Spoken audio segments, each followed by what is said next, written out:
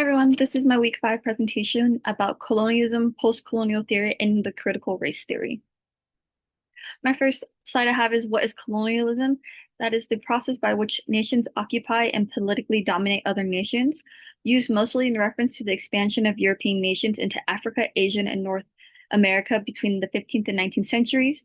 Economically, colonies serve as sources of wealth for colonizing nations, culturally shape the identities of both colonized and colonizer.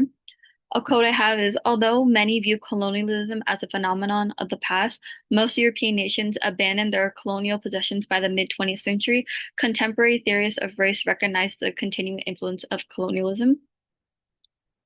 Second slide I have is post-colonial theory, which is a theoretical perspective that describes the cultural forces that enable post-colonial power and describes sources of potential resistance to that power.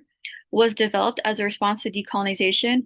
And for decolonization I have is which is a process of withdrawing from a former colony, making it independent. Two quotes I have for this theory is post-colonial theory analyzes how culture and knowledge constructed by colonizers affect the people living in the colonial world. Post-colonial theory introduces new kinds of ideas and new kinds of knowledge that try to overcome the perspectives imposed by the Western knowledge. In other words, it tries to decolonize the consciousness. My third slide I have is the critical race theory, which is centered in the study of law and its relationship to the perpetuation of racism and racial domination, the elimination of racial oppression. This theory also describes differential racialization, which is the idea that different minority groups are radicalized in different ways at different times. A quote I have is, in critical race theory, as is the other standpoint theories, great emphasis is placed on the importance of experiential knowledge of people of color. I chose to do this about Guam. Guam was colonized by the U.S. in 1898 from Spain. It was the location in this Pacific made it important for the United States military.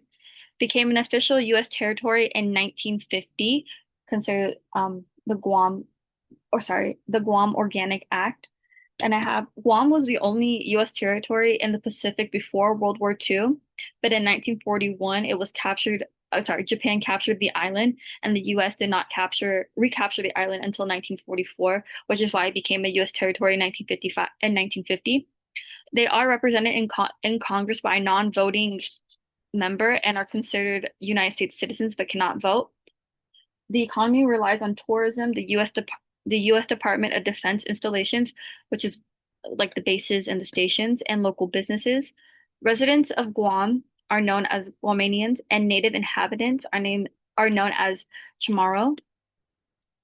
Applying the theories to Guam, the post-colonial theory, the long-standing colonization, not only from the United States but from Spain, has influenced the entire country, such as affecting the Chamorro people from their cultural identity and political status, their land rights and economic society, the languages they speak, the different ethnic groups living there. I from the article that I used was saying like there's Koreans living there, Filipinos, Japanese, and then the natives as well. 85% are Roman Catholic due to the Spain influence. For the critical race theory, the relationship between the US and the Chamorro, with the later trying to decolonize and resist, which is very similar to how about the video we watched about the Native Americans, about the not Native Americans, the Native Hawaiians who live on their own area and have their own land, and they're trying and have like kind of like a sovereign, I guess you could say, part of their island, and they're trying to become independent. So, and to understanding race between the settlers of Guam and the natives and how their rights are affected.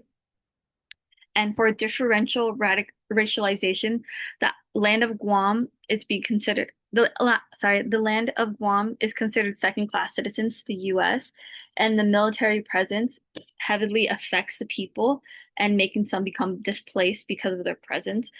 And there's a lot of military there because of the specific location of it being in the Pacific and it becoming a naval base. Yeah, these are my references. I have the textbook and then I have the territory of Guam, which I use for my facts about Guam. And yeah, thank you so much for watching.